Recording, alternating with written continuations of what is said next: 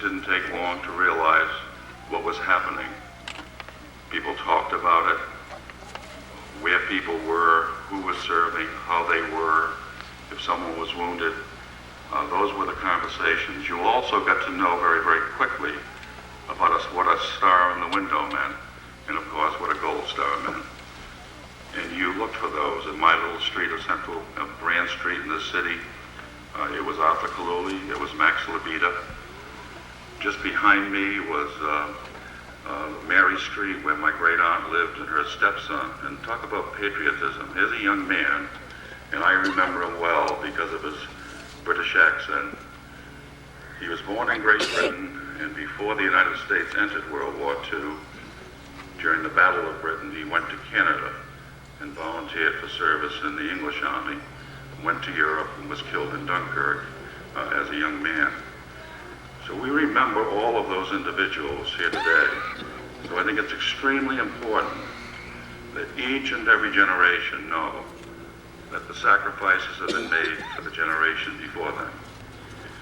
One of the most moving experiences I've had as governor is the 50th anniversary of Okinawa, and to stand in the state room with the Marine Division and remember the Marines who lost their lives in Okinawa. And when those statistics were read off about how many Americans were killed in a 24-hour period in Okinawa, it was just astounding.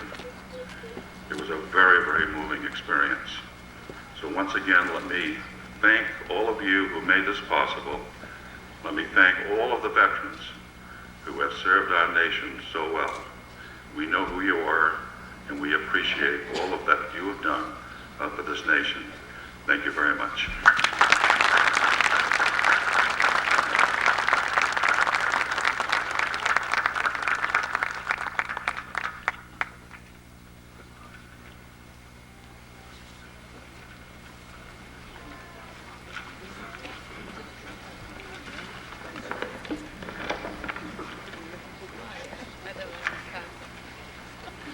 I think earlier we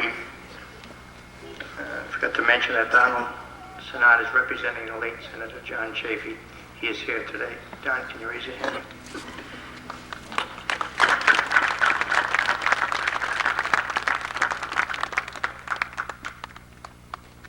Don Senat representing the late John Chafee.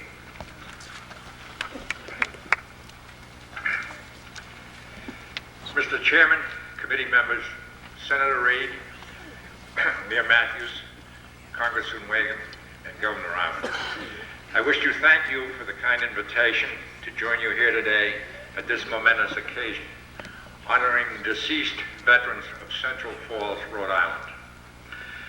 I come as a former Marine officer from the Korean conflict, representing a former Marine from World War II and Okinawa in World War II, and the Korean War, and the Secretary of the Navy, the late Senator John Chafee.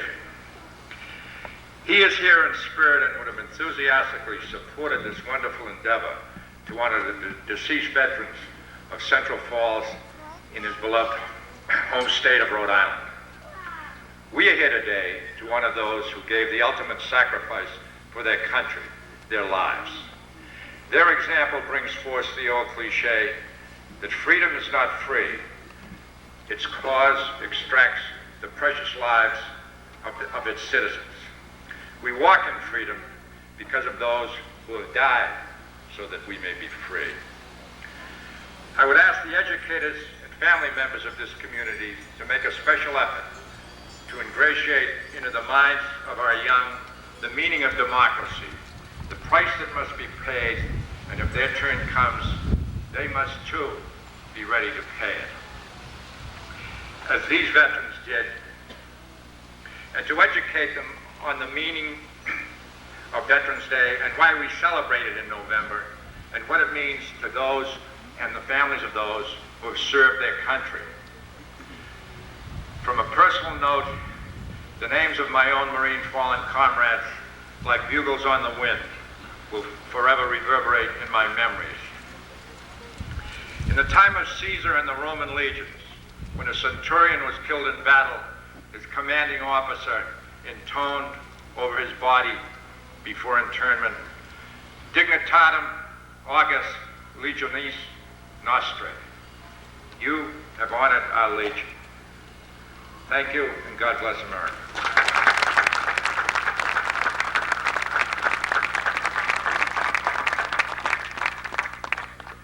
Thank you, Don. Larry Ferguson, representing Congressman Patrick Kennedy.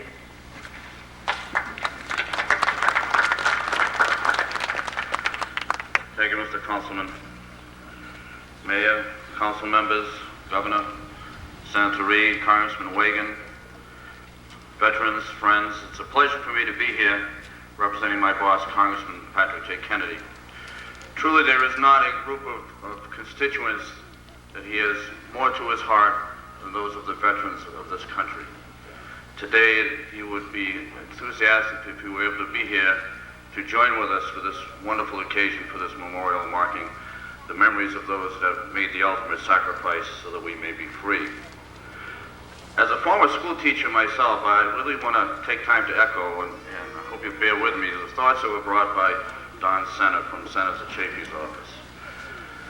It's so important, and this may be a hallmark for family members to bring their young children, perhaps even field trips from schools, because so many kids today in class know next Thursday is Veterans Day. And what does that mean? It means we don't have to go to school today.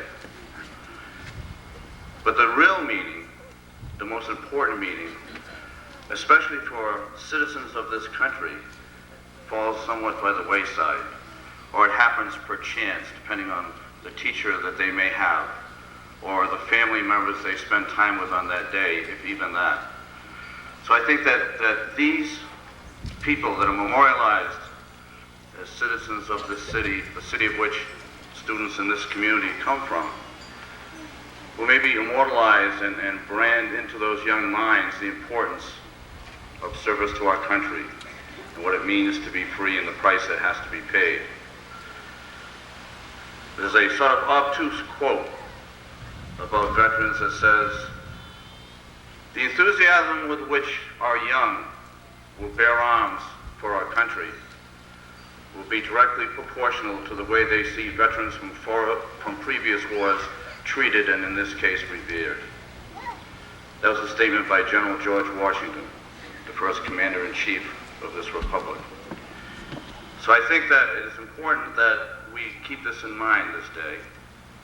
Not only when we say thank you to those that made the ultimate sacrifice, but also to those who are still with us. Those who came back from wars and helped to make this country what it is today. What it will be for Thursday for those children that will be out of school. So it's on behalf of my boss, the Congressman, it gives me a great pleasure and honor to be able to stand here before you to thank them and to thank you. God bless you, veterans. God bless America. Thank you.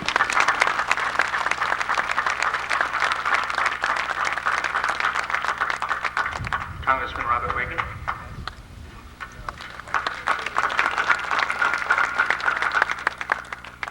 Thank you very much to Tom and Bob, members of the committee, Mayor Matthews, members of the City Council, and the representatives and senator from this great city, Senator Jack Reed, my colleague, as well as Governor Almond. Thank you all for being here today. It's a special day. But before I begin my comments, I'd like you to also thank the Army National Guard, and particularly your own Bob Bradley, for that wonderful rendition of Amazing Grace on the bagpipes.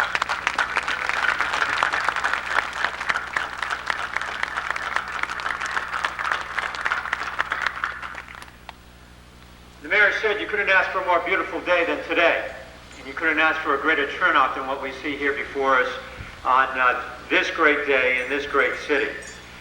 Before I came home yesterday from Washington, my wife and I had the opportunity, thinking about Veterans Day. Her dad and my dad were both veterans of World War II. One a veteran of Guadalcanal. We had the opportunity to go by the Vietnam Memorial and the Korean War Memorial.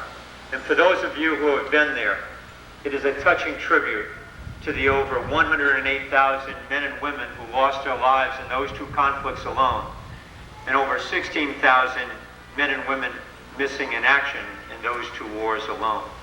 The 175 men that are engraved on this stone today are also engraved in our hearts, just as they are on those two great monuments in Washington, D.C. As we left, my wife was pondering as she read a note from a comrade that was stuck into the Vietnam Memorial wall, and it said to his comrade how he remembered how much he loved being there with him in Vietnam, how he loved the times, the few months that they had together, how they saved each other in many different conflicts, and that how he revered his friendship and missed his friendship because he had lost his friend only 5 months being in Vietnam.